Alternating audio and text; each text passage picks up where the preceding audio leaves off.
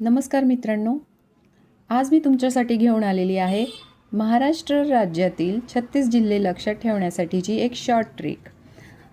या शॉर्ट ट्रिकमध्ये एक आपण सेंटेन्स तयार करून घेतलं आहे.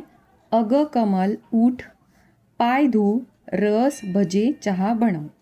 आता याच्या प्रत्येक अक्षरावरून आपल्याला हे सगळे 36चे 36 जिल्हे लक्षात ठेवायची ट्रिक समजणार आहे. अ पासून येतं औरंगाबाद, पण आता त्याचं नाव चेंज होऊन छत्रपती संभाजीनगर असे झालेले आहे. अ पासून अकोला जिल्हा, अमरावती, अहमदनगर जिल्हा हे 4 जिल्हे अ पासून येतील. ग पासून गडचिरोली, गोंदिया. क पासून कोल्हापूर जिल्हा, म पासून मुंबई आणि नवी मुंबई हे 2 जिल्हे येतील.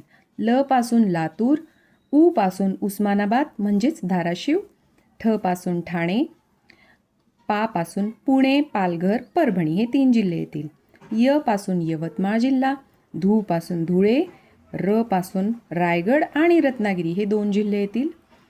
स पासून सांगली, सातारा, सोलापूर आणि सिंधुदुर्ग हे 4 जिल्हे येतील. भ पासून भंडारा, जे पासून जळगाव, जालना, च पासून चंद्रपूर, हा पासून हिंगोली, ब पासून बीड आणि बुलढाणा हे 2 जिल्हे येतील.